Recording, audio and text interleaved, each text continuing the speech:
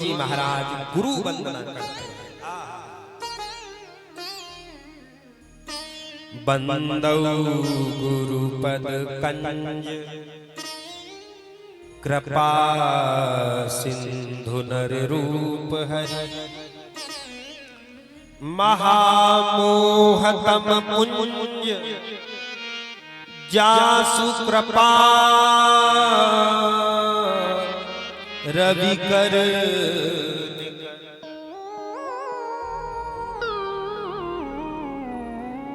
बंदौ गुरुपद कंज कृपा सिंधु नर रूप हरि। गुरु कौन है? बोले नर के रूप में है लेकिन साक्षात हरि है। गुरु कोई व्यक्ति नहीं है, गुरु तो एक तत्व है। गुरुर साक्षात परब्रह्म तस्मै श्री गुरुवे नमः। गुरुर् ब्रह्मा गुरुर्विष्णु गुरुर्देव महेश्वर। क्या करते हैं गुरु?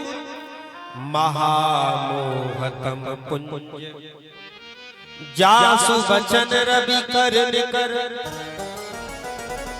जैसे सूर्य के आने से अंधकार भाग जाता है, वैसे ही गुरु की कृपा रूपी वचनों से हमारा अज्ञान दूर हो जाता है।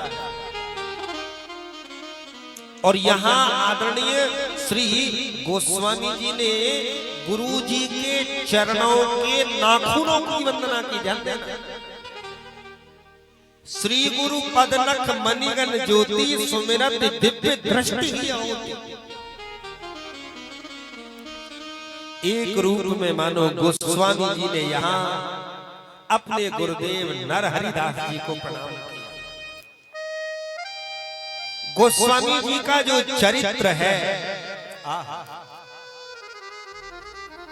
इतनी कठिनाइयों भरा चरित्र है, इतनी विषम परिस्थिति गोस्वामी जी के जीवन में आई।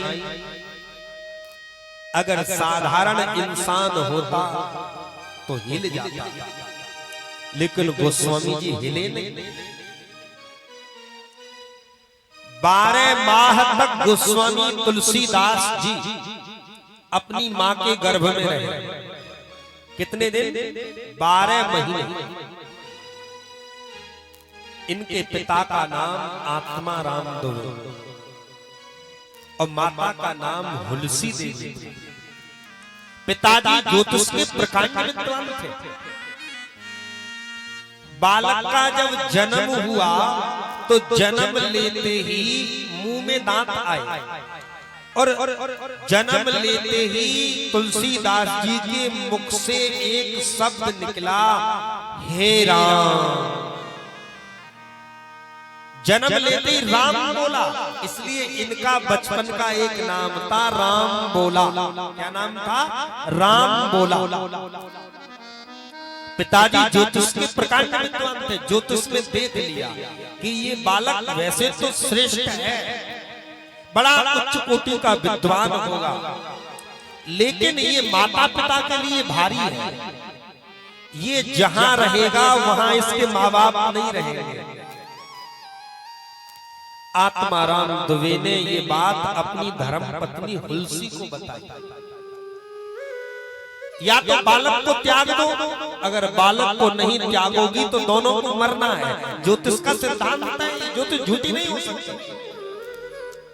अब माँ की तो ममता, कैसे बच्चे को त्याग सकते हैं? माँ ने कहा आप निश्चिंत रहिए। और माँ ने एक दासी थी, उसका नाम था चुनिया। माँ ने गोस्वामी जी को लिया और लेकर के चुनिया को दे दिया, चुनिया तू मेरे बालक का पालन पोषण कर। और इतना धन दे दिया जिससे कि चुनिया का जीवन निर्वाह हो जाए। जन्म के दूसरे दिन ही इनकी माँ हुलसी का प्राणांत हो गया। जानते ना, क्योंकि ज्योतिष कभी झूठी नहीं हो सकती। और चुनिया ने जब इस बात को पता चला तो चुनिया ने गोस्वामी जी को किसी रिश्तेदारी भिजवा दिया। कुछ दिन के बाद चुनिया भी मर गई और जहां रिश्तेदारी में गोस्वामी जी को भिजवाया, वहां दोनों दंपति यानी गोस्वामी जी के जो धर्म के माता पिता थे वो भी मर गए। 5 वर्ष की अवस्था है गोस्वामी जी की। वहां मां मरी, दासी मरी, दोनों धर्म के माता पिता मर गए। बालक अनाथ हो गया, दर दर की ठोकर खाने लगा। कहीं झूठी चीज मिल जाती है उठा करके खा लेता है। किसी के नगर में कहीं भंडारा हो रहा है, उस भंडारे में झूठी पत्तलों में जो मिल जाता है गोस्वामी जी उसे उठा उठा कर खा लेते हैं। तब कहीं मेरे राघव की कृपा गोस्वामी जी के ऊपर हुई। साक्षात स्वयं परमात्मा के रूप में नरहरिदास 5.5 वर्ष की अवस्था में नरहरिदास ने गोस्वामी जी को अपने साथ में लिया और अपने आश्रम में लेकर के आए। गोस्वामी जी का पूरा जीवन यहाँ नरहरिदास के साथ व्यतीत हुआ। आगे का वेद वेदांत आदि का अध्ययन कराया और एक महान कवि तुलसीदास के रूप में बना दिया। गोस्वामी जी रोते हुए कहते हैं, मैं तुलसी तुलसी तुलसी सब कहें और तुलसी बन की घास, हो गई कृपा राम की तो बन गए तुलसीदास।